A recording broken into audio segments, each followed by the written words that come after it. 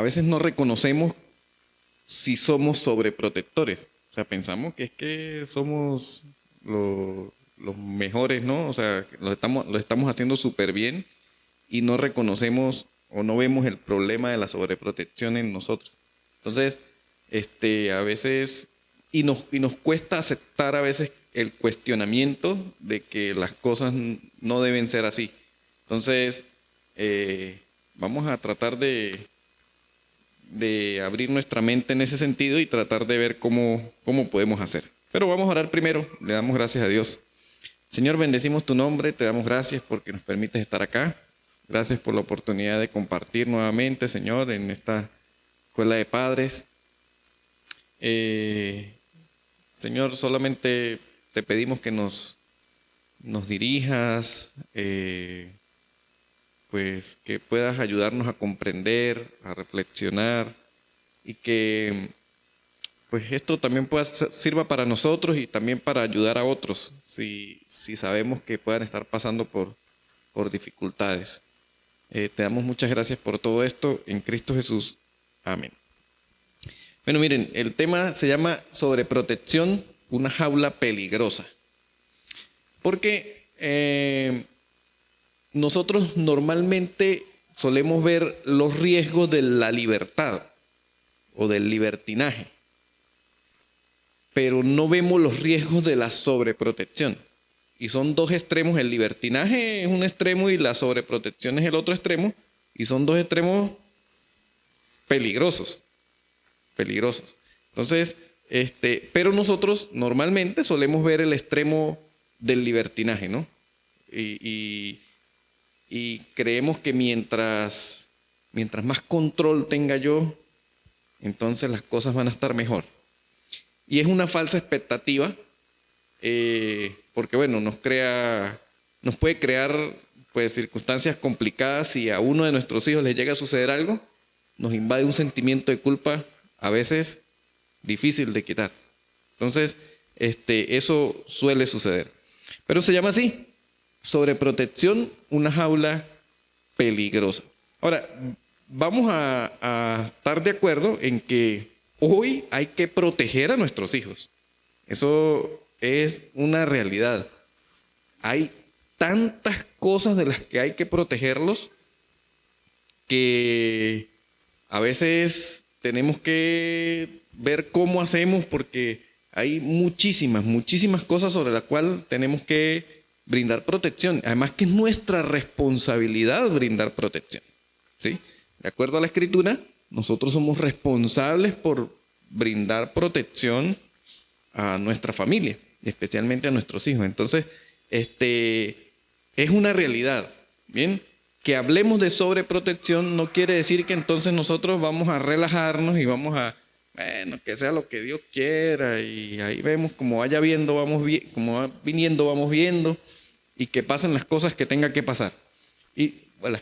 Y no tiene que ser así, porque eso es no es correcto, ¿no? Pero vamos a ver algunas definiciones. Vamos a ver la definición de qué es protección, para que tengamos claras algunas cosas. Miren, protección es un cuidado preventivo ante un eventual riesgo o problema. Eso es protección, ¿sí? Por ejemplo, colocamos un dispositivo en el tomacorriente cerca de la nevera para proteger del voltaje, ¿verdad? Por si acaso llega a haber algún momento una variación en el voltaje, la nevera no se nos dañe, ¿verdad? Porque cuesta muchísimo. Entonces, o cosas similares, ¿verdad? En el televisor, en el aire acondicionado, en algunos dispositivos, colocamos un aparato que protege. La protección es un cuidado preventivo, ¿verdad? Ante un eventual riesgo o ante un problema. Entonces, eso es protección. Ahora vamos a ver qué es sobreprotección. Y miren la diferencia que hay. La sobreprotección es evitar que vayan asumiendo los deberes, libertades y responsabilidades propias de su fase de desarrollo, con la intención de que tengan una vida más fácil, cómoda, feliz y exentas de riesgo. Eso es sobreprotección. Pareciera que no fuera un concepto malo, pero lo que hay detrás de eso es delicado. Es evitar que vayan asumiendo deberes, libertades, responsabilidades propias de su fase de desarrollo con la intención de que tengan una vida más fácil, cómoda, feliz y exenta de riesgos. No nos caigamos a mentiras que papá o mamá no quiere que su hijo no sufra en el colegio, con las tareas. Dígame, a veces hacemos comentarios como que esa profesora sí le manda tareas a ese muchacho. Claro, como ella no es la que la tiene que hacer. Y nosotros, ¿verdad? Pobrecito, mire, todo el fin de semana haciendo tareas a ese muchacho porque le mandaron ese montonón de tareas, ¿verdad? Entonces, evitamos que asuman responsabilidades, deberes que son propias de su fase. Y de eso vemos mucho los colegios. No sé si el pastor ve a cada rato en el colegio cómo los padres sobreprotectores tratan a sus hijos, ¿verdad? Y eso uno los identifica, cuando es extremo, uno los identifica facilito. El muchacho está ya en bachillerato y llega la mamá y lo peina, ya mi hijo, Dios te bendiga, ya tiene todo, no sé qué. O sea, es una cosa increíble. ¿Ven? Es la persona que está, al hijo le pasa algo en el colegio, es la que está ahí tratando de ver cómo le resuelve el problema a su hijo, ¿verdad? Y entonces es bastante delicado. No lo dejan asumir. No lo dejan asumir. El problema de la sobreprotección o de internalizar este concepto es que en algún momento van a tener que asumir responsabilidades. En algún momento no voy a estar yo para ayudarle. Y entonces cuando eso sucede, las cosas se vuelven un caos. Entonces es bastante delicado y ya vamos a ver en qué influye, porque uno dice, bueno, ¿qué tiene de malo, no? O sea, al final va a crecer y listo. Pero ya vamos a ver en qué influye.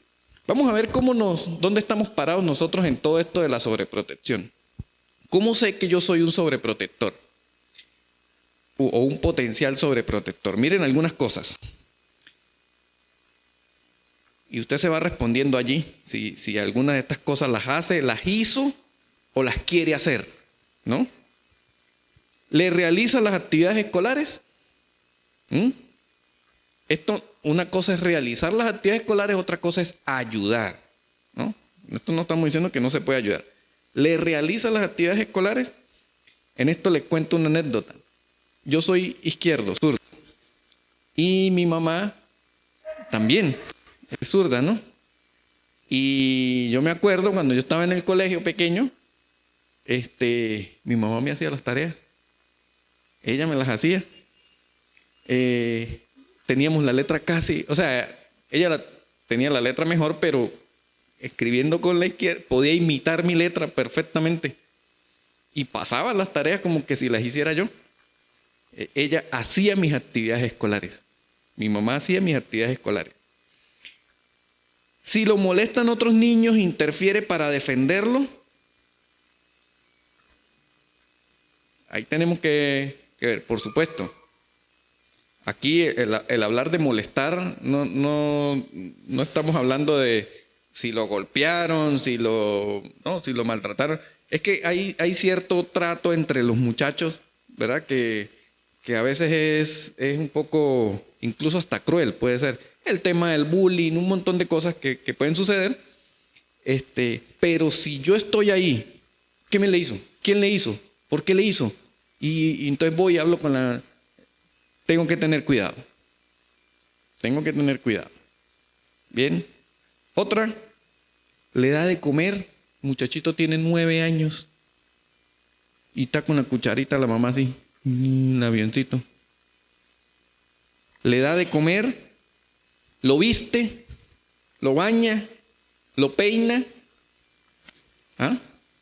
¿A qué edad más o menos ya un niño puede bañarse, peinarse, vestirse solo? 5 o 6 años. Por supuesto, de ahí para abajo se supone que necesitan la asistencia del adulto para estas cosas que queden bien hechas, pero cuando ya sobrepasan esa edad, que ya el niño puede tener un poco más de independencia en esto, necesita que hacerla sola, ¿no? Pero hay mamás y papás que el niño tiene 8, 9, 10 años y lo visten, lo bañan, lo peinan, le dan de comer. Yo les cuento porque tengo un sobrino que tiene 12, 13, 12 años. Mi sobrino tiene 12 años y hasta no hace mucho a él le metían la poncherita con el agua para que se bañara el niño con agüita caliente, ¿verdad? Le ponían toda la ropita dobladita en la cama para que se pudiera vestir. No sé si lo vestían, pero por lo menos le ponían la ropita y para que se vistiera. El adulto se sentaba al lado de él a la hora de comer para que comiera tranquilito. Eso es sobreprotección. Eso es sobreprotección. No le permite que asista a salidas con compañeros de su edad. Ahí coloqué ojo, ¿verdad? No le permite que... No le permito que asista a salidas con compañeros de su edad. Ahí le coloqué ojo porque en este caso pues hay que tener ciertos cuidados, ¿verdad? Yo tengo que conocer las personas con las que va a salir y todo lo demás, pero a veces se dan oportunidades para que pueda desenvolverse en un entorno donde pueda compartir con personas de su edad. Pero si yo ando con un temor irracional a que no vaya, a que no se relacione, tengo problemas. Revisas todo lo que hace y esto es delicado porque hay gente o hay personas, hay padres que creen firmemente en el derecho de inmiscuirse o entrometerse en absolutamente todo lo que el hijo hace, ¿no? Y eso también es delicado, por eso le coloqué ojo, porque hay muchas cosas en las que yo necesito tener la supervisión, ¿verdad? Y el control de saber qué está viendo, qué está haciendo, qué es lo que... Pero, hay cosas que sencillamente se necesita independencia, ¿no? Se necesita independencia. Entonces, ojo con eso. Utiliza el miedo para protegerlo. No vaya para allá porque lo roban, ¿verdad? Con niños, con adolescentes, no vaya para allá porque lo roban. No vaya para allá porque le va a pasar esto. No vaya para allá porque tal cosa. No haga esto porque si no, tal. Utilizamos el miedo como forma de coacción para protegerlo, ¿no? Eso es tremendamente peligroso. ¿Bien? Tener cuidado con eso. Contesta por él. Yo conocí muchachos así. Estábamos en un colegio, nosotros trabajamos en un colegio y a veces venía el papá con el hijo, hablábamos y uno le preguntaba algo al niño y el papá era el que respondía. O la mamá era la que respondía. O sea, o uno preguntaba algo y el niño miraba a mamá o a papá para ver si tenía la aprobación para responder, ¿no? Entonces, hay que tener cuidado con eso. Ignora, tapa, justifica sus errores. Eso también es bastante común. No sé si al pastor le ha pasado. El niño se robó algo del colegio, un lápiz, un celular, un lo que sea. Lo descubrieron, llamaron al papá, a la mamá para verlo y llega papá y mamá con una montaña de excusas, ¿no? No, es que él no es así, es que él, eso fue que seguro lo indujeron a eso, alguien lo está manipulando, él no sé qué cosa. ¿Ven? Justificar. Y eso es muy peligroso. Muy, muy peligroso. El otro extremo era lo que hacían los padres de antes, ¿no? No sé si ustedes se acuerdan. Que el papá de antes le creyera a la profesora, ¿no? No, se portó mal, eso ni preguntaba, para la casa y tenga, ¿verdad? Así era. Es el otro extremo, ¿no? El otro extremo. Pero hoy, normalmente, el sobreprotector justifica, tapa y trata de enmendar los errores del hijo. Entonces, tengamos cuidado con eso. Ahí vamos verificando si eso sucede. No solo si lo hacemos, también tener si lo queremos hacer. Tenemos que tener la alerta. Nunca permite que otros adultos lo corrijan. Eso también es bastante común, ¿verdad? Y ahí, pues, por supuesto, hay que, pues, hacer la salvedad de que no cualquiera va a venir a regañar a mi hijo, ¿no? No cualquiera. Pero hay adultos de autoridad que tienen autoridad. La maestra, ¿verdad? Las autoridades, la ley, en la iglesia, los líderes de la iglesia pueden corregir y yo tengo que estar abierto a eso. Los abuelos, ¿no? Pero a veces el sobreprotector le dice al hijo, nadie más lo puede regañar. Cuidadito, usted no se deje regañar de nadie. ¿Sí? Porque, y entonces por eso hoy día vemos cómo los muchachos le faltan el respeto a los profesores. Y le gritan y el profesor, bueno, no sé cómo es acá, pastor, no sé cómo es, cómo funciona la ley en cuanto a la influencia para un profesor poder corregir, regañar a un estudiante. ¿Se puede hacer? O sea, la ley no... Ajá. Digamos, si hay una situación de tensión entre un docente y un menor, es más valioso o más válido, digamos, ante las autoridades el testimonio del niño. O sea, la ley está siempre inclinada a favorecer al niño en todo. Okay. Sí, digamos que en situaciones que yo he visto, en mi experiencia docente, recuerdo una vez un estudiante le caía mal el docente. La estudiante pues planificó toda una estrategia porque quería que el docente lo echaran del colegio, ¿no? Entonces la estrategia fue que un día lluvioso el docente venía con su chaleco y demás. Ella le dijo, profe, tengo frío, ¿será que usted me puede prestar su chaqueta? Es que me siento con bastante frío porque está lloviendo y demás. Y bueno, el profesor no le vio nada de malo, le dio la chaqueta y bueno, ella inventó una historia diciendo que el profesor tenía intenciones con ella y bueno, se confabuló con otras niñas. Efectivamente, al docente lo echaron por eso, sin el debido proceso. Eso fue un escándalo incluso en Bucaramanga, porque llegó a salir creo que en Vanguardia y todo, y en últimas el profesor terminó pues demandando y, bueno, mentiras, él fue primero demandado, digamos, y él tuvo que hacer la contrademanda y él salió favorecido y el colegio le tuvo que pagar una millonada porque en últimas pues actuaron mal, pero digamos que sí todo gira en torno al niño, o sea, el niño siempre se va a ver como la víctima, como el que está siendo atacado y el docente pues sería el malo, ¿no? Uh-huh. Bueno, miren, la intención sobre todo en nuestros países es precisamente esa, ¿no? Y uno puede decir, no, pues los derechos del niño y todo lo demás, pero yendo un poco más allá, al final es desvirtuar la autoridad. Es la degradación de la autoridad en su más mínima expresión.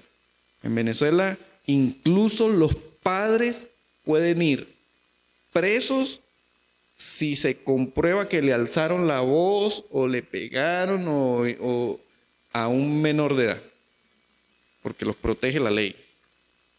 Entonces, al final, y un profesor ni se diga, y lo peor es que los muchachos lo saben, o sea, eso lo saben perfectamente, ellos manejan eso porque se lo dicen en la casa y lo escuchan, pues. Allá el Ministerio de Educación se toma la tarea de ir hasta los colegios y darle charla a los estudiantes diciéndole que el profesor no puede hacer esto, no puede hacer aquello, cuáles son sus derechos. Que al final termina siendo una degradación de la autoridad. Entonces el profesor ya no puede decirle cosas al estudiante que lo hieran, ¿no? Porque entonces es un rollo. Y los papás pues siempre van a salir en defensa del hijo. Entonces, no permitir que otros adultos lo corrijan es un síntoma de que hay algo que no está bien. Hay algo que no está bien. Por supuesto con la salvedad de que no todo el mundo va a venir y menos a pegarle, ¿no? Pero la corrección. Estamos hablando de lo que tiene que ver con la corrección. Ahora, se siente culpable cuando no lo ayuda.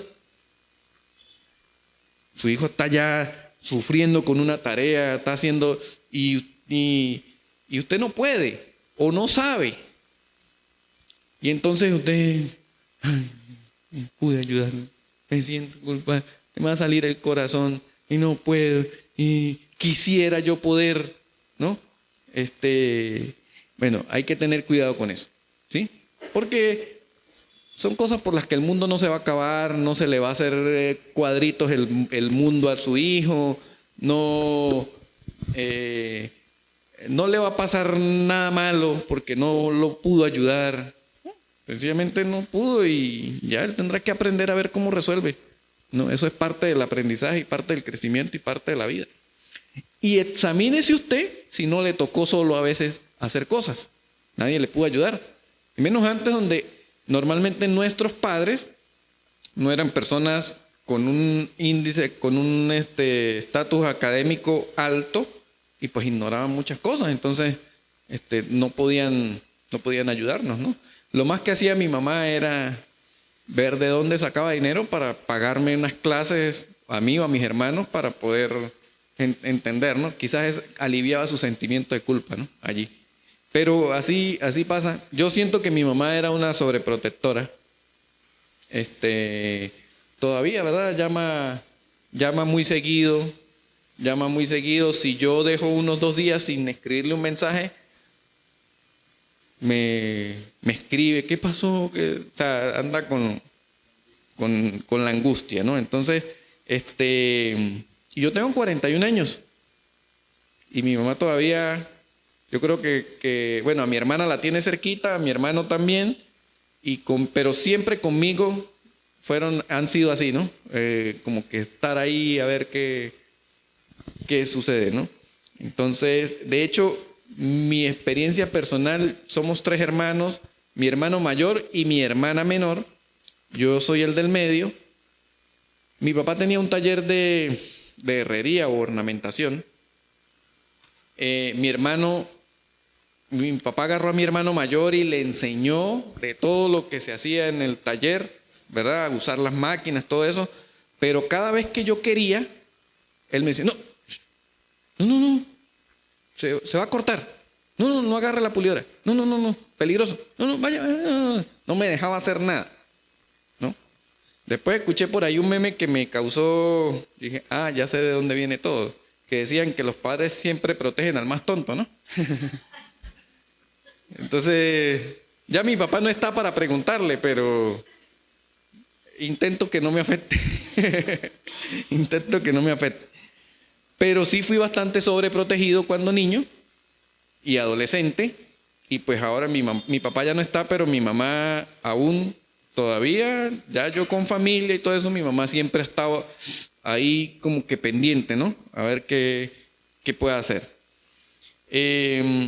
Entonces, ahí hay una lista donde podemos tratar de identificarnos, a ver qué cosas tenemos por ahí, a ver si estamos en esa onda, ¿no? Ahora, ¿cómo sé que mi hijo está siendo sobreprotegido? Miren, aquí hay otra lista. Aquí hay otra lista para poder examinar. Y ahora piensa en su hijo. A ver, ¿cómo sabes si su hijo está siendo sobreprotegido? ¿Es miedoso? O sea, ¿es miedoso? ¿Le cuesta hacer cosas por miedo, por temor? Puede ser que haya allí un síntoma de algo de sobreprotección. ¿Inseguro? No sabe hacer las cosas, o sea, le cuesta dar pasos porque tiene temor a equivocarse, no sabe si está bien o está mal. La inseguridad es una cosa terrible, lo paraliza a uno. Terrible. No es capaz uno de tomar decisiones con inseguridad. Y eso es delicado. Hay personas que definitivamente viven frustradas porque no han sido capaces de tomar decisiones por inseguridad.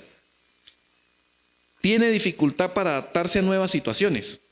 Por ejemplo, salió del preescolar y entra al colegio, le cuesta adaptarse, que ya no está quien le dé la meriendita, quien no sé qué, que lo acuesten a dormir, que no sé qué, le cuesta adaptarse a esas situaciones, salió del colegio, entró al bachillerato y le cuesta adaptarse a ese entorno, a otras situaciones a su alrededor.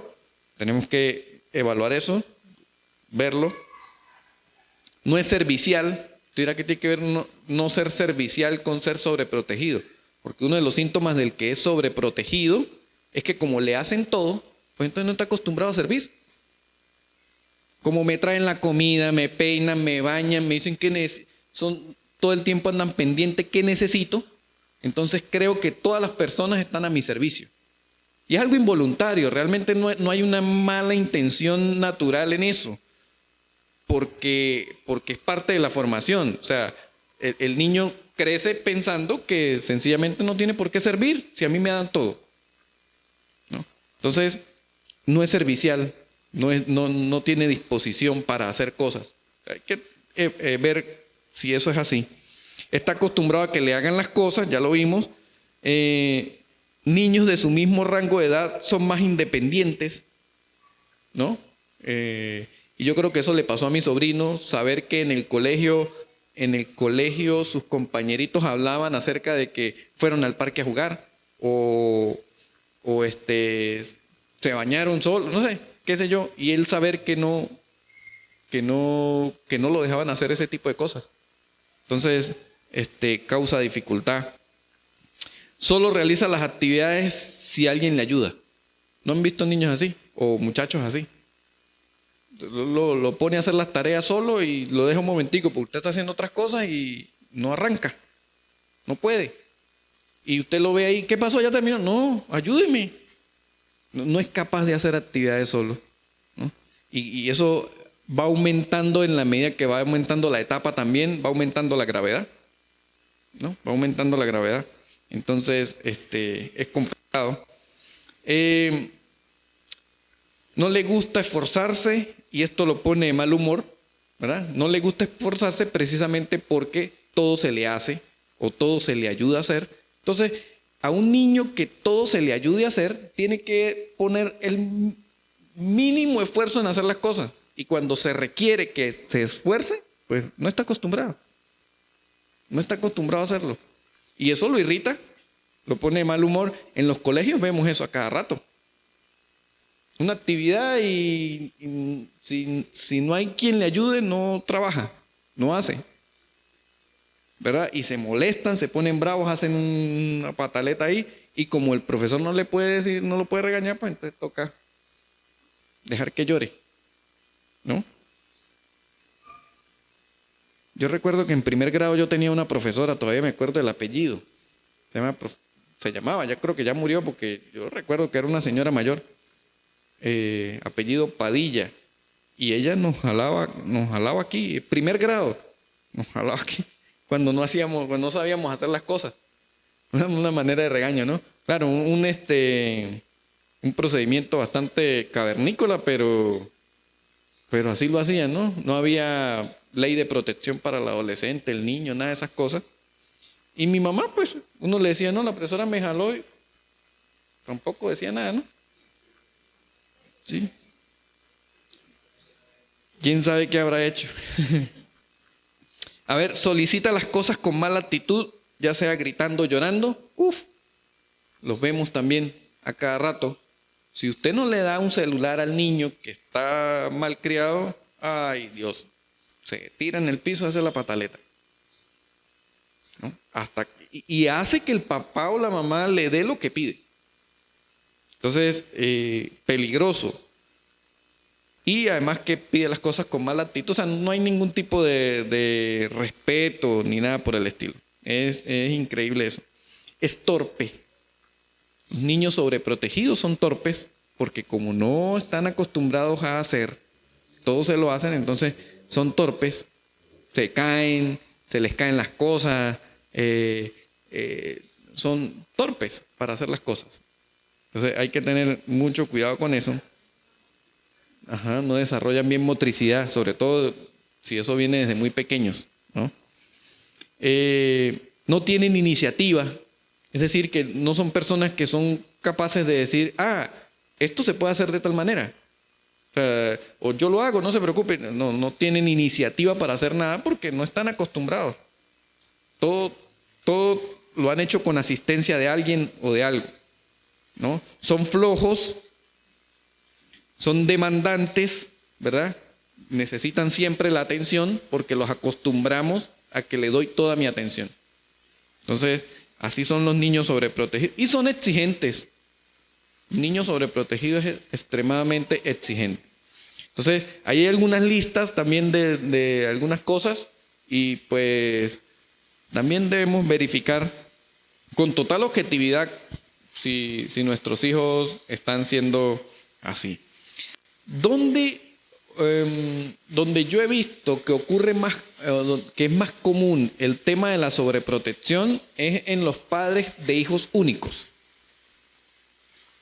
Y también en los padres que han perdido o que a los que les ha fallecido alguno de sus hijos y les queda, entonces tienden a sobreproteger a los que le quedan o al que le queda. Bien, entonces eso, pero por supuesto todos somos vulnerables a eso y tenemos que tener cuidado. Entonces, ¿ahora qué hacemos? Lo primero, entender que nuestros hijos necesitan libertad y no le tengamos miedo a esa expresión, a libertad. Ellos necesitan libertad y si somos hijos de Dios, si somos creyentes, con mayor razón tenemos que apropiarnos de esa verdad. Nuestros hijos necesitan libertad.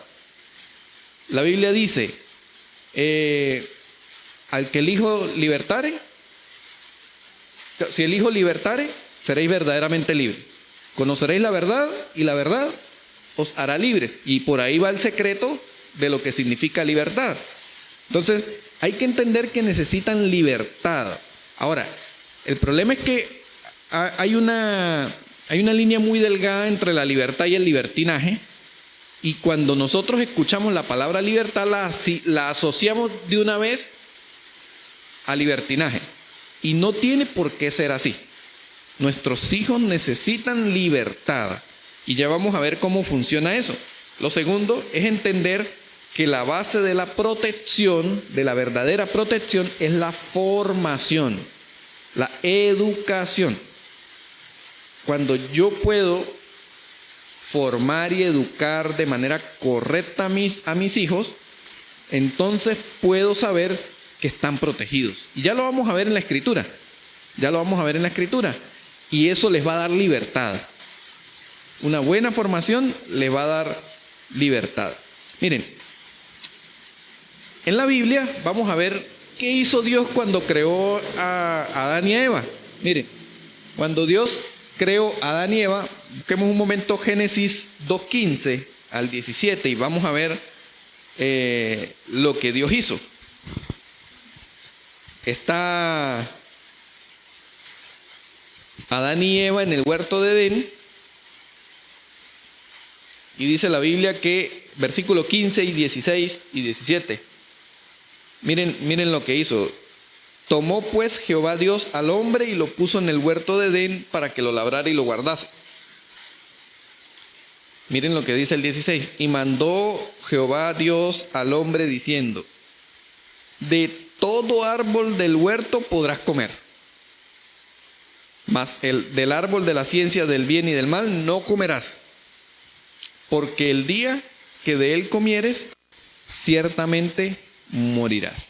Y me llama la atención la manera como Dios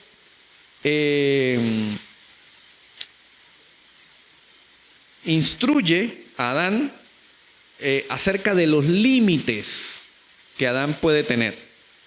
Y aquí Dios pudo haber desde el principio, haber colocado guardianes en los lugares donde Él no quería que Adán se metiera.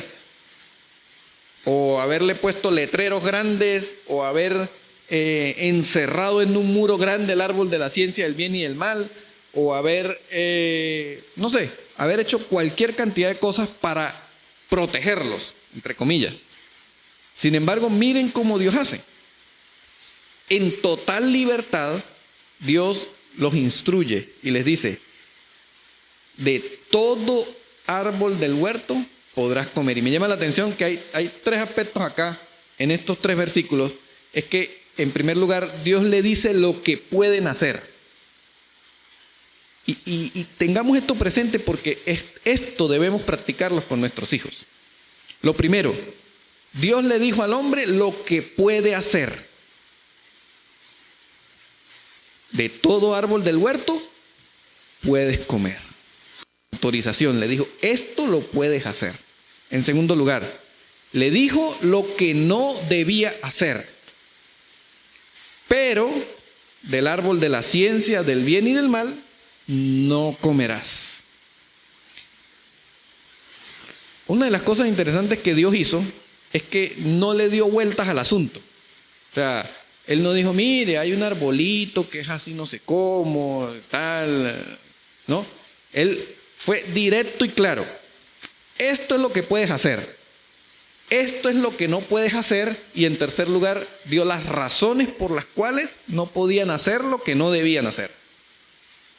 Y les dijo, porque el día que de él comieres, ciertamente morirás.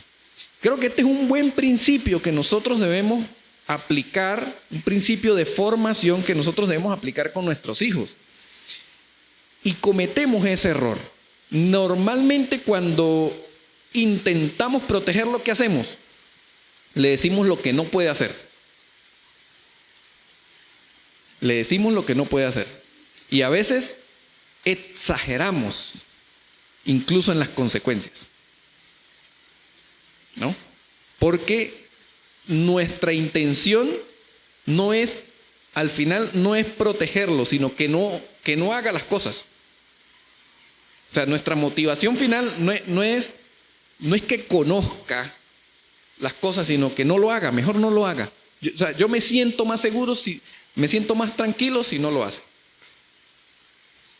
Pero miren la formación de Dios. Le dijo a Adán, en total libertad, sin ningún tipo de policías ni nada por el estilo a su alrededor. Esto lo puedes hacer. Todos los árboles que están aquí son para que comas. Lo que no debes hacer, menos el árbol de la ciencia del bien y del mal.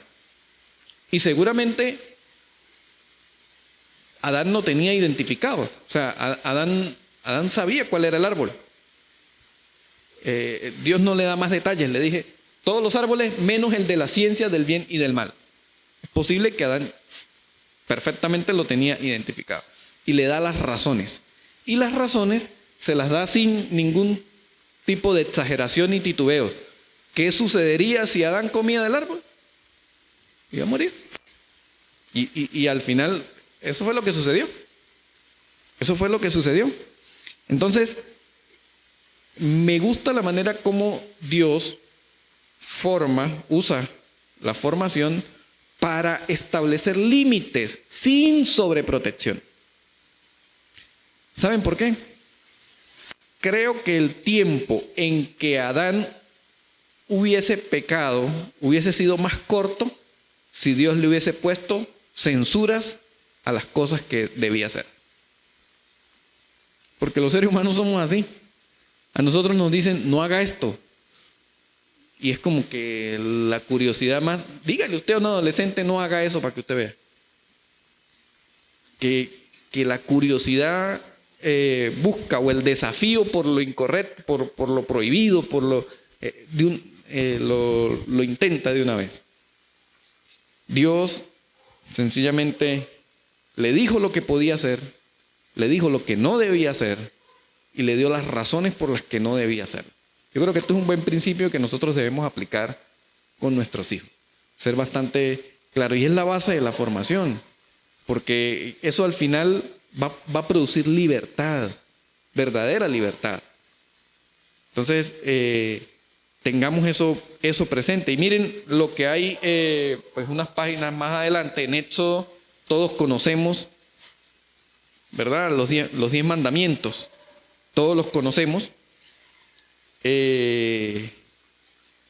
Y a diferencia de lo que mucha gente piensa, que es una lista de restricciones, es el establecimiento de límites.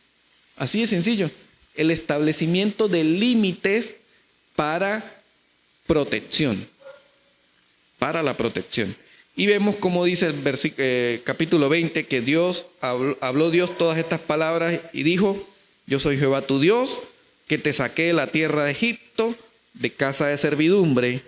Y empieza: no tendrás dioses ajenos delante de mí, no te harás imagen ni ninguna semejanza de lo que hay arriba en el cielo, ni abajo en la tierra, ni en las aguas debajo de la tierra.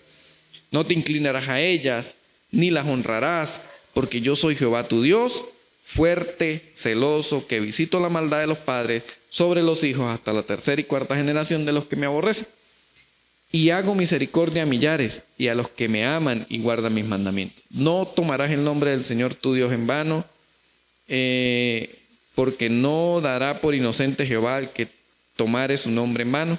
Acuérdate del día de reposo para santificarlo. 6 días trabajarás y harás toda tu obra. Mas el séptimo día de reposo para Jehová tu Dios, es reposo para Jehová tu Dios. No hagas en él obra alguna, tú, ni tu hijo, ni tu hija, ni tu siervo, ni tu criada, ni tu bestia, ni tu extranjero que está dentro de tus puertas. Porque en 6 días hizo Jehová los cielos y la tierra, el mar y todas las cosas que en ellas hay, y reposó el séptimo día. Por tanto, Jehová bendijo el día de reposo y lo santificó. Honra a tu padre y a tu madre para que tus días se alarguen en la tierra que Jehová tu Dios te da. No matarás, no cometerás adulterio, no hurtarás, no hablarás contra tu prójimo falso testimonio. No codiciarás la casa de tu prójimo, no codiciarás la mujer de tu prójimo, ni su siervo, ni su criada, ni su buey, ni su asno, ni cosa alguna de tu prójimo. Bueno, ahí están los 10 mandamientos, ¿verdad? A diferencia de lo que mucha gente cree, no es una lista para amarrar, sino es una lista para proteger. Entonces Dios establece límites.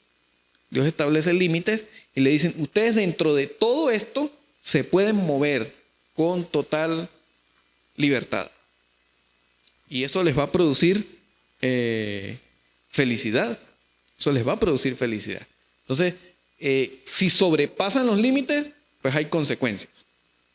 Hay consecuencias. Y yo creo que es una buena manera tomar en cuenta los 10 mandamientos unido al principio de Génesis de la formación. Es bueno que nosotros lo inculquemos a nuestros hijos. Formamos. Esto puedes hacer, esto no debes hacer, y estas son las razones por las que no debes hacer, y estos son los límites. Y empezamos, tal cual como si fueran los 10 mandamientos, es decir, miren, estas cosas no se deberían, estos son los límites que establecemos aquí como familia, ¿verdad? Y no hacerlos trae consecuencias, las consecuencias es peligroso, las cosas están delicadas, bueno, trae un montón de consecuencias, así que ustedes pueden moverse dentro de todo esto con total libertad. Y nuestros hijos tienen que poder ver que dentro de esos límites se puede vivir bien, se puede vivir chévere, porque nosotros a veces tendemos a exagerar, a colocarle como picante a los límites, ¿no? Entonces terminamos arrinconando a nuestros hijos en un espacio chiquitico y de ahí no se mueve. Entonces nuestros hijos todo el tiempo andan así y si me equivoco, todo es prohibido, todo es prohibido. Yo tengo una lucha allá en el trabajo porque los dueños son cristianos. Yo soy el único cristiano aparte del dueño. Están los demás muchachos, hacemos un devocional todos los días, gracias a Dios por eso, pero ellos no son creyentes. Ellos escuchan, pero ellos no son creyentes. Y la dueña tiene un problema que no quiere bajo ningún concepto que los muchachos escuchen música que no sea cristiana en el taller. Y yo entiendo las razones, entiendo la motivación, está bien, es la dueña, chévere, bien, ojalá se escuchara música cristiana todo el tiempo y todo lo demás, pero ellos no son creyentes. Ellos no son creyentes. Y convierte el tema de la música en una camisa de fuerza para ellos. Y cuando uno trata de hablar con ellos acerca del evangelio, ellos no están viendo a Jesús, sino están viendo la restricción. Están viendo la restricción. Entonces no les cabe en la cabeza un cambio de vida donde ellos ven que lo primero que hay es una restricción. Por supuesto, son ignorantes de la gracia, son ignorantes del evangelio. Pero entonces yo estoy colocando delante de ellos, lo primero que estoy colocando es una restricción, o sea, los estoy arrinconando. Usted quiere ser un hijo de Dios, tiene que escuchar música cristiana. Y eso es mentira. Eso hay un montón de música cristiana que no es cristiana. Un montón de música cristiana que no es cristiana, que dice una locura, ¿no? Entonces, pero, pues así pasa. Y así a veces hacemos con nuestros hijos. A veces los arrinconamos. No hagas esto, no hagas esto, no hagas esto, no hagas esto, no hagas esto, no hagas esto, no hagas esto. Cuidado, respira.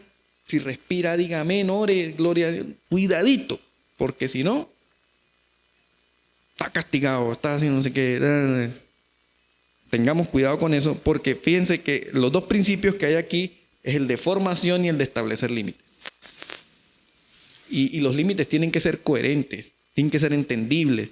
Los muchachos tienen que saber que los límites no son un capricho, es algo lógico, es algo que tiene sentido, que busca protegerme, que busca cuidarme. Tienen que ser límites establecidos con amor, no deliberadamente porque yo quise, sino tienen que tener una razón de ser. Y nuestros hijos tienen que poder verlo, porque en esa edad, sobre todo si son niños o adolescentes, en esa edad ellos van a cuestionar la mayoría de las cosas que nosotros les digamos, las van a cuestionar, a menos de que no tengan argumentos para decir, no, eso no es así. Ellos tienen que poder comprenderlo. Por eso es importante la formación y el establecimiento de los límites. Entonces, la protección, según Dios, se basa en el establecimiento de límites y darles la libertad que se muevan dentro de esos límites. Esa es la protección según Dios, ¿no? Dice la Escritura, de modo que si alguno está en Cristo, nueva criatura es, ¿no? Entonces,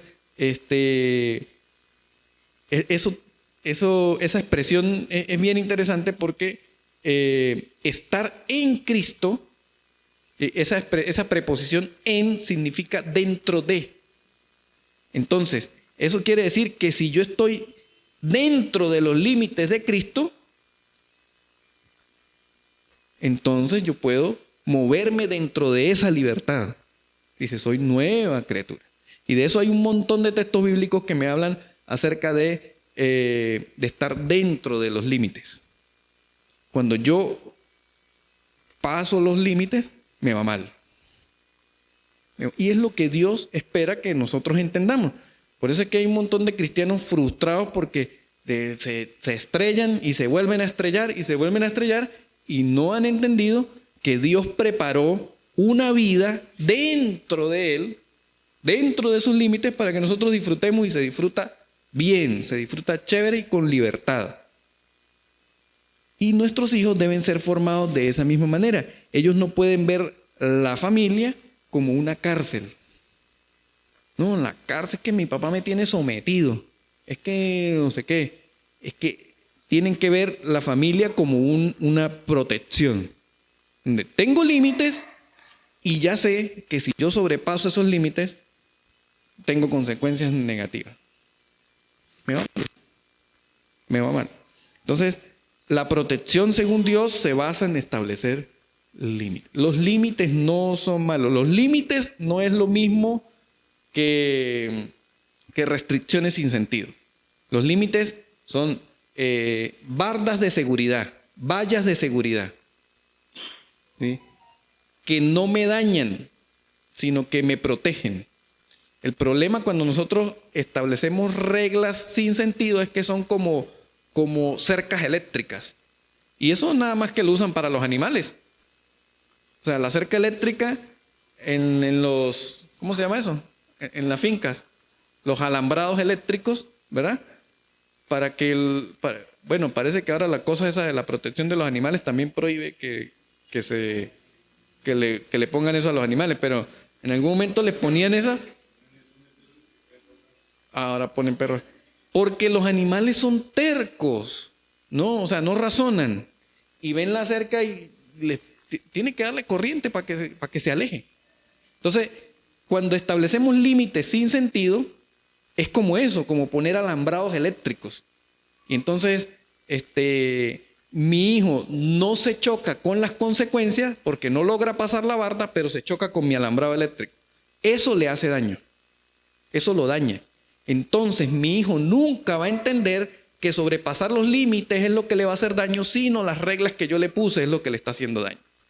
Eso sucede cuando no lo hacemos, no establecemos límites con amor, fundamentados en la formación que Dios nos manda que hagamos. Entonces, tenemos que tener ese cuidado. ¿Bien? Es la razón por la que muchos adolescentes, hijos de cristianos, no quieren saber nada de la iglesia. Porque se han conseguido con familias llenas de restricciones. No hagas esto, no hagas eso, no escuches música mundana, no te vistas así, no hagas no sé qué, no hagas no sé qué cosa, no hagas. Y ciertamente hay cosas de esas que no deben hacer, pero no nos tomamos el trabajo de explicarles las razones, de formarlos a esto no, y estas son las consecuencias, estos son los límites. Entonces, no quieren saber nada, y aparte de eso se consiguen con iglesias que están llenas de normas, de reglas, de no se ponga esto, no se haga aquello, no se pinte, no se haga esto. Un montón de cosas que terminan siendo el alambrado eléctrico. Entonces, el enemigo se constituye en nosotros que los queremos ayudar y deja de ser el verdadero enemigo, ¿no? O sea, como que se pierde el enfoque de cuál es el verdadero enemigo. Y en vez de ayudarlos, vamos a hacer una barrera más grande con ellos. Hay que tener cuidado con eso. Que a veces también se estrellan ellos con una congregación donde les permiten todo. Ajá. Entonces dicen, miren, papá ya me coloca lo que está diciendo el hermano Ricardo, pero yo vine a esta congregación aquí, sí saltamos, bailamos, humo, chiquiteca. Entonces, ¿cómo prohíben? Mi papá, ¿cómo me prohíbe si aquí sí permiten esto? ¿Sí? Y lo llevamos hasta ese punto de hasta ellos de pronto buscar, y ha pasado que buscan es congregaciones realmente que no son bíblicas ni tienen sana doctrina. El problema de eso, y es muy cierto, pero el problema de eso es que es lo que yo creo que es más grave, es que no tenga mi hija la capacidad de razonar y pensar que eso es libertinaje al final. Pero termina siendo mi culpa. Porque yo le coloqué un alambrado aquí que la dañó. Un alambrado, alambre de púas o alambre eléctrico, que ella se estrelló con eso y la dañó, la hirió. Y entonces, al sobrepasar los límites, ve que, ¿no?, que las cosas allá son diferentes. Entonces, tenemos que tener cuidado. Yo creo que el porcentaje más alto de muchachos que hacen esas cosas son el resultado de padres que han sido muy, muy rígidos, muy sobreprotectores y terminan así. Lo que nosotros solemos decir, ese muchacho rebelde, son rebeldes, esos muchachos que ya no quieren saber de Dios. Y resulta que no todo el tiempo el muchacho que está en esa condición no es que no quiera saber de Dios. Es que está cansado de estrellarse con el alambre de púas en su casa. Entonces, reflexionemos en eso porque nos puede ocurrir. Nos puede ocurrir. ¿Quién pone los límites entonces? Dios siempre los ha puesto y tiene que seguir siendo así. Los límites que yo coloque en mi casa no tienen que ser los límites de Ricardo Rodelo, tienen que ser los límites fundamentados en los límites que Dios puso y que yo sigo. Porque al final, mi hija tiene que entender que esos límites son los límites de Dios, no son los límites de mi papá que ya está viejo, ¿no? Que es anticuado, ¿no? Entonces, tenemos que tener mucho cuidado con eso. Y miren que en la casa el más sobreprotector soy yo. Yo tengo muchas cosas de la lista, hermano. Muchas cosas de la lista. En honor a la verdad, yo tengo bastantes cosas de la lista. Y como les dije al principio, creo que la raíz de esa sobreprotección es, bueno, el hecho de nosotros haber tenido las pérdidas de hijos que tuvimos y que nos quedara María Ángel y solamente eso me hizo a mí intentar hacer un cerco alrededor de ella, ¿no? Intentamos, o sea, yo la verdad intento no ser sobreprotector, ¿no? Trato de descansar en el Señor y todas esas cosas. No es fácil, pero tengo que confiar. O sea, no puedo ser irracional tampoco, ¿no? Pues Dios me promete cosas y yo tengo que aprender a aceptar, ¿no? Entonces, Dios siempre ha puesto los límites y siempre va a seguir siendo así. Tiene que seguir siendo así. Él tiene que ser el que coloque los límites. ¿Cuál va a ser el resultado? Miren, el resultado, nuestros hijos, el resultado de poder criarlos con la libertad en Cristo, con la libertad de la formación y de los límites que Dios coloca. El resultado va a ser que nuestros hijos van a alegrar nuestra alma. Miren lo que dice Proverbios 29, 17. Proverbios 29, 17 dice: corrige a tu hijo, lo que hablamos hace un rato, corrige a tu hijo y te dará descanso. Y dará alegría a tu alma. Corrige a tu hijo y te dará descanso. La corrección tiene que ver con formación. Tiene que ver con formación. Entonces, si quiere colocar un sinónimo de corrección, forma a tu hijo y te dará descanso. ¿Eso qué quiere decir?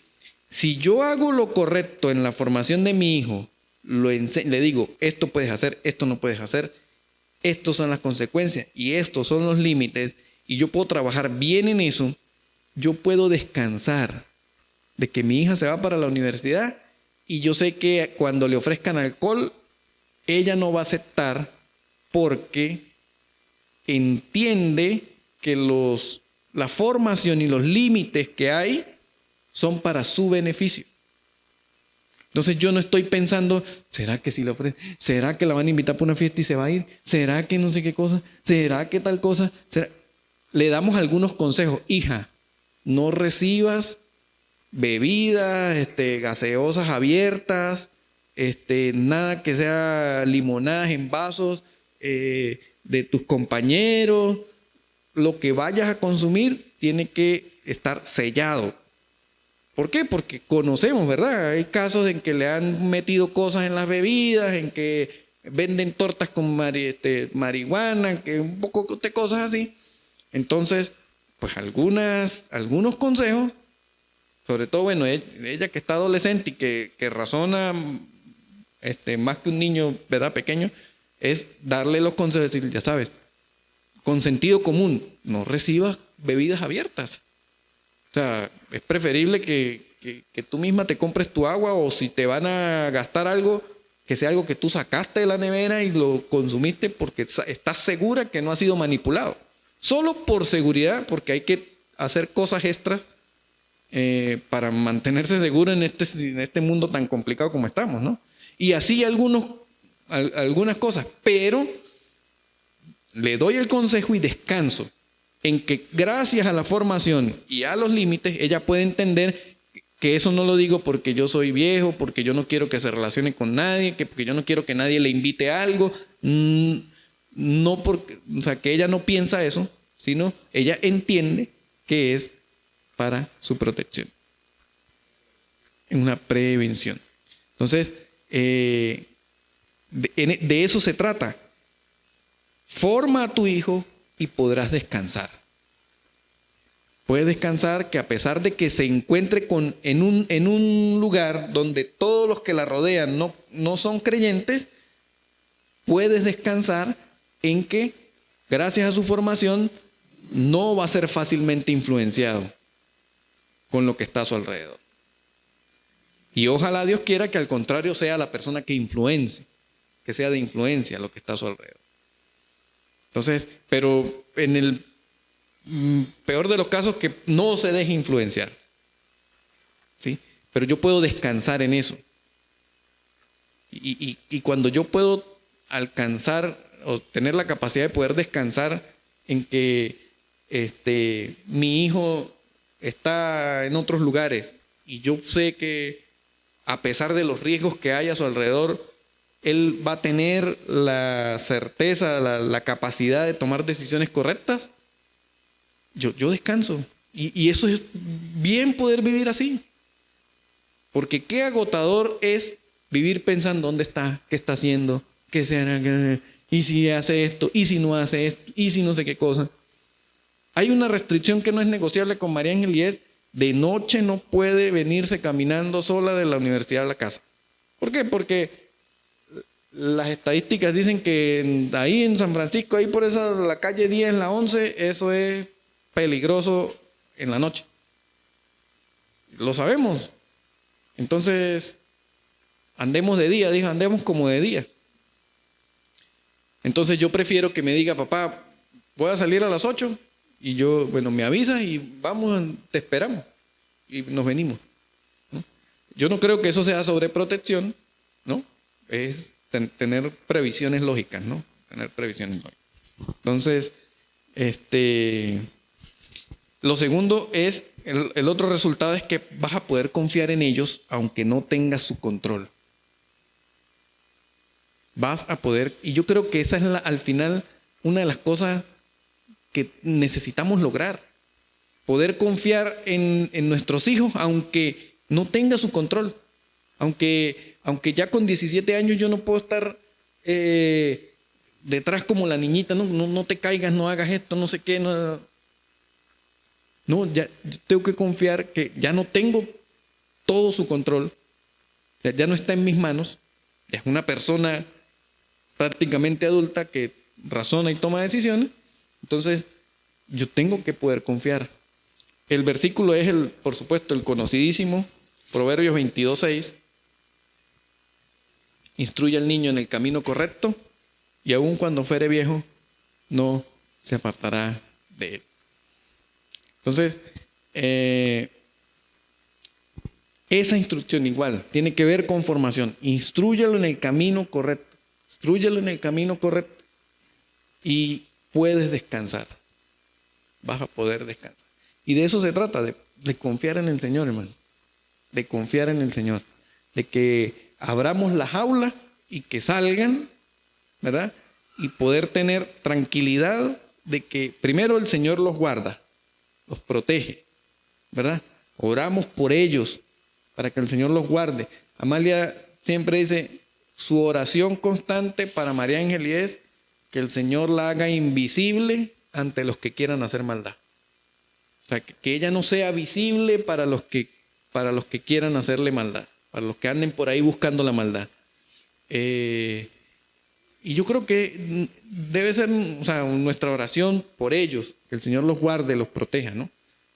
Pero tiene que ir acompañado de la formación, el establecimiento de límites. De tal manera que ellos puedan ver que esto no es una cárcel, no es una camisa de fuerza, no es una jaula, ¿verdad? Lamentablemente muchos chicos están viendo la iglesia y la vida cristiana como una cárcel. ¿Qué estaré pagando yo para que mi papá me lleve todos los domingos a la iglesia? ¿Qué estaré pagando yo para que mi papá me haga hacer el devocional todos los días? Porque si nuestros hijos están pensando así, lo primero que usted debe pensar no es que eso el diablo lo tiene agarrado y tengo que buscar a ver cómo hago para arrebatárselo al diablo, porque es que el demonio no lo quiere soltar.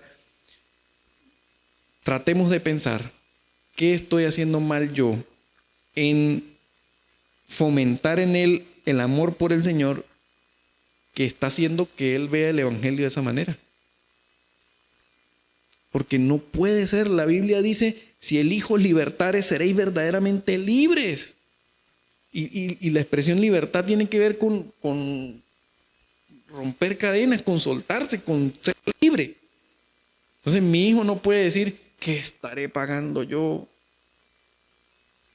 Entonces, ¿qué tengo que corregir? ¿De qué manera tengo que mostrarle yo el Evangelio a él?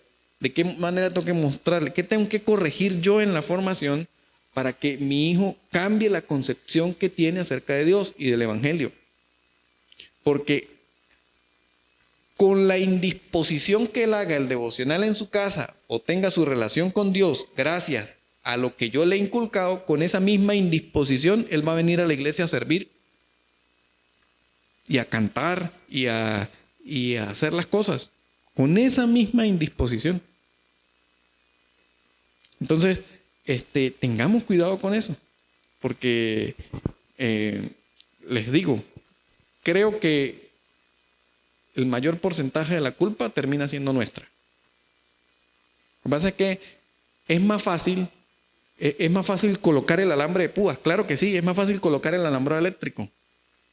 Listo, que se estrelle. Yo prefiero que se estrelle aquí, saber que le dio corriente y la tengo aquí al ladito, a que le den allá afuera, le pase algo. Ese es nuestro razonamiento. Entonces, eso es mucho más fácil, no requiere ningún tipo de educación, no requiere ningún tipo de formación. A las vacas les ponían esas cosas alambrado y listo, a mí no me importa que se choque cuantas veces quiera, pero la tengo dentro del corral, ¿no? No había ningún tipo de entrenamiento para la vaca. Y eso ese es el razonamiento que a veces usamos con nuestros hijos. Entonces, es más fácil no formarlo. Por supuesto, menos inversión de tiempo y menos responsabilidad mía y todas esas cosas. Y entonces lo hacemos así. El problema es que cuando ya no tengan nuestro control, cuando ya no estén bajo nuestro control, tenga la seguridad que va a hacer cualquier otra cosa. Porque su concepción del Evangelio no es la correcta. Recordemos, la sobreprotección no los resguarda, los expone. La sobreprotección no los resguarda, los expone, los hace más vulnerables. Entonces, hoy vemos un montón de gente, muchachos, personas adultas, jóvenes, que violan la ley sin ningún desparpajo porque sencillamente no tienen límites, nunca los han tenido. Siempre les hicieron todo. Los sobreprotegieron al extremo. Entonces, eso pues es delicado. Bueno, eso trata básicamente en rasgos generales acerca de la sobreprotección. No sé en qué lugar usted se coloca allí en ese sitio. Si no tiene ninguno de esos síntomas, gloria a Dios, chévere, me alegro mucho, excelente, siga así. Si tiene alguno de esos problemas, no se desanime, ya somos 2, estamos luchando con eso, pero sí se puede. Y trabajemos para que nuestros hijos tengan libertad en Cristo, dentro de Él, dentro de sus límites. No en las periferias, no en los límites, sino dentro de sus límites. Cuando logramos hacer eso, ellos no se van a querer acercar ni siquiera a la frontera. Ellos van a querer estar allí disfrutando, siempre. Entonces, que sea nuestra oración, eso. No sé si hay algún comentario, algo que quieran decir al respecto, algo que agregar, adicionar acerca de eso.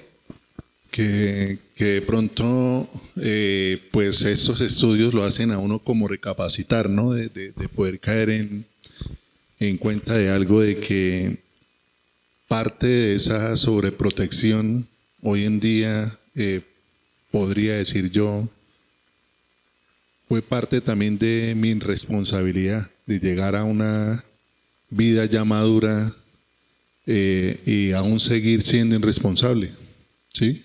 ¿Por qué? Por esa misma protección donde el padre no, que no haga esto, no, pero mi hijo, ¿qué lo va a poner a trabajar? Sí, parte de eso que yo viví de mi vida de joven, hoy en día puedo decir pues que a mí me tocó fue irme de la casa un día sin decirle nada a mis papás para poder de pronto hoy poder decir, bueno, la responsabilidad que hoy tengo es, pues uno, sabemos que para la gloria de Dios, ¿no? Pero es saber de que si yo no hubiera dado ese paso, yo creería que yo estuviera todavía viviendo con mis papás. Porque parte de esa protección hace que uno como hijo no tenga la responsabilidad de decir, yo voy a hacer esto, no. Yo llegué a una edad de 24 años donde aún todavía era irresponsable. No tenía la responsabilidad que casi la gran mayoría de personas hoy tienen a esa edad. ¿Sí? Pero por lo mismo, porque que su cuarto, que el niño, que hagámosle esto, que su ropita. Y yo con 24 años y aún todavía hacían esas cosas. Y parte de esa enseñanza fue haber llegado a otra ciudad diferente que Bucaramanga, allá decirle a uno, ahora cómase lo que a usted no le gustaba allá, ahora te lo va a comer acá. ¿Sí? La ropa que usted tenía allá, ahora usted aquí no la va a tener. El dormir en el piso sabiendo que usted tenía algo allá. Y todas esas cosas son las que uno, es lo que el hermano Ricardo dice, a veces hay que dejar que hasta que los hijos pasen esa situación. Sí, pues yo creo que algo que ayuda mucho en este tema puntual es ver la paternidad de Dios, ¿no? En últimas, Dios se identifica a sí mismo como padre y vemos el trato que Él tiene con nosotros como sus hijos. O sea, parte del amor de Dios implica su disciplina. Esa disciplina implica dolor, porque el texto puntualmente dice que pues nadie realmente está muy cómodo cuando recibe esa disciplina. Pero eventualmente Dios permite que haya un fruto de esa disciplina, ¿no? Entonces, yo creo que ayuda mucho como ver la forma en que Dios trata a sus hijos para poder como imitar eso en el trato que nosotros tenemos también con nuestros hijos. Y es fundamental el evangelio. O sea, yo creo que la crianza tiene que estar siempre centrada en el evangelio. A veces podemos tener la tendencia natural a de pronto enfocarnos mucho en la ley, y es lo que muchas veces genera que el niño o la niña que está recibiendo todo el tiempo ley, órdenes, mandamientos, pues por su propia naturaleza pecaminosa va a tender a ir en contra de eso. Pero ¿qué hizo Dios con nosotros para que estuviésemos hoy acá? O sea, porque un sábado en la noche no estamos, no sé, en un bar o desperdiciando el tiempo o nuestra propia vida. El Señor hizo algo en nosotros que fue más que decirnos tienes que ir a la iglesia un sábado en la noche. El Señor nos ha convencido por medio de su Espíritu Santo, por medio de la palabra, de que el evangelio es lo que cimienta nuestra vida. El evangelio es poder de Dios para salvación, como dice Romanos. Entonces es muy importante como tener muy claro, o sea, conocer las escrituras. Yo creo que ese es el reto también más grande que tenemos como padres, conocer bien las escrituras, poder establecer los límites, no conforme a lo que nos gusta, nos parece, como me criaron a mí, porque yo creo que esto funciona, ¿no? Conforme a Dios lo ha establecido.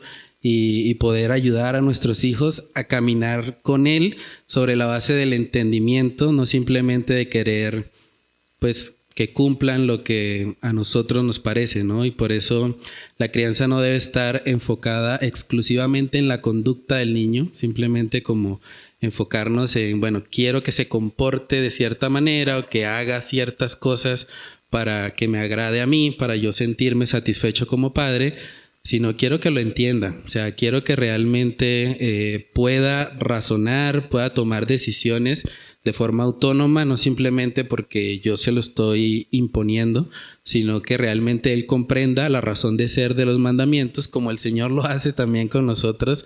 Cuando uno estudia las Escrituras, de verdad cada vez es más evidente y más claro por qué el Señor ha colocado cada uno de esos mandamientos que está ahí, y nosotros por el poder del Espíritu Santo también podemos entender y comprender que son los lineamientos de un Dios sabio y es la verdadera libertad, porque curiosamente la gente ve los mandamientos como restricciones, como usted hablaba, pero en últimas, si el Señor dice que al que el Hijo libertare será verdaderamente libre, la verdadera libertad es obedecer los mandamientos. O sea, la verdadera libertad no tiene que ver como de pronto pensamos muchas veces que es libertinaje, es hacer lo que yo quiera, sino moverme en lo que Dios ha establecido porque mi tendencia natural es a no hacerlo.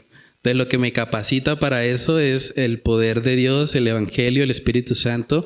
Entonces yo creo que el reto principal es poder llenarnos de Él, conocerlo y poder transmitir eso a nuestros hijos siempre sobre la base del Evangelio antes que la ley misma, ¿no? Incluso como cristianos, cuando nosotros fallamos, ¿a quién acudimos? A Cristo, al Evangelio. Eso es lo que nos levanta nuevamente.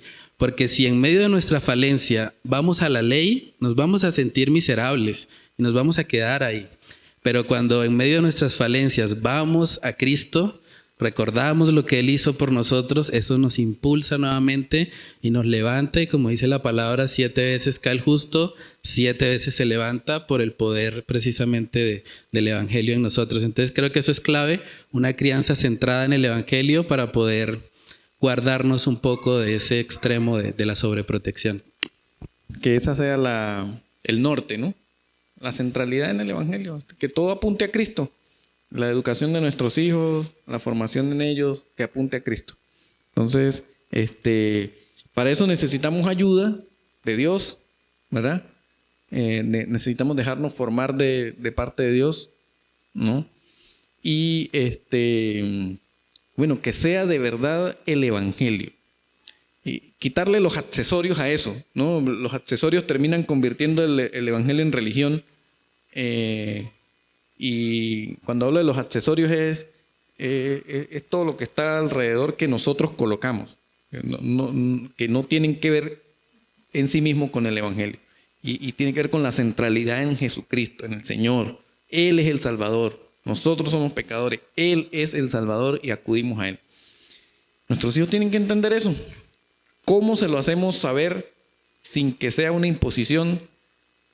¿No? Ahí está el reto. Y es la sabiduría que tenemos que recibir de parte de Dios para nosotros transmitirlo. A eso se refiere el Señor cuando dice, id y haced discípulos.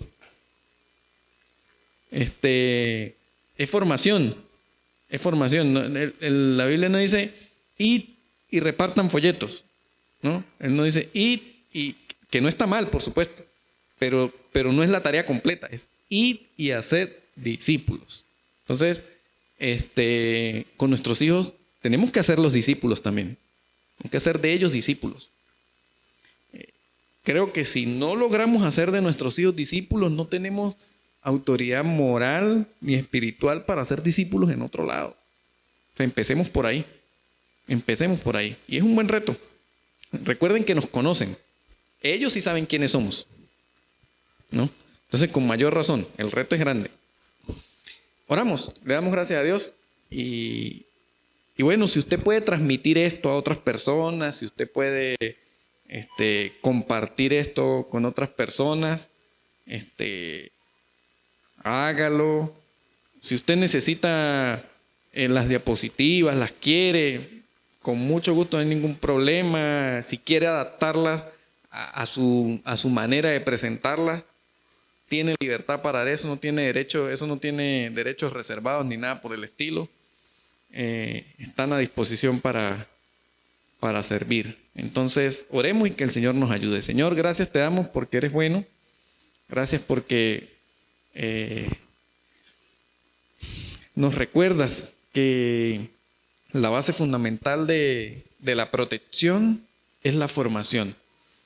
Tal como lo hiciste con Adán, la manera como le estableciste los límites a él, al pueblo de Israel. Y durante el transcurso de toda la escritura vemos cómo intentaste formar a tu pueblo, Señor. A veces con decisiones bastante duras, pero solo buscaban el propósito de formar. Te damos gracias, Señor, porque hoy tenemos nosotros tu palabra que nos ayuda y nos enseña. Ayúdanos, Señor, a que ella a ser influencia en nosotros, que tengamos la disposición de dejarnos cambiar por tu palabra, para que podamos formar a nuestros hijos, Señor. Te pido por las familias que están aquí representadas, que tienen quizás sus hijos pequeños, adolescentes. Te pido por las familias de la iglesia, Señor, aquellos que no pudieron venir, por los que tienen hijos pequeños, por los que tienen hijos adolescentes, por los que tienen hijos difíciles, que están pasando dificultades con sus hijos, Señor, que están en rebeldía, que no quieren conocer, no quieren saber nada del evangelio, que no quieren venir a la iglesia, que tienen serios problemas con sus hijos. Te pido por esas familias. Tú sabes quiénes son, Señor. Tú sabes cuál es la situación, la circunstancia. Ayúdalos, Padre Celestial. Dales sabiduría. Permite que ellos entiendan que necesitan de ti, que tú eres el centro, que el evangelio es el centro de todo y que ellos puedan tomar acciones para poder corregir lo que les hace falta, Señor. Los dejamos en tus manos para que tú obres en ellos, Padre Celestial. Permítenos llegar en paz y en bendición a nuestros hogares. En el nombre de Cristo Jesús. Amén.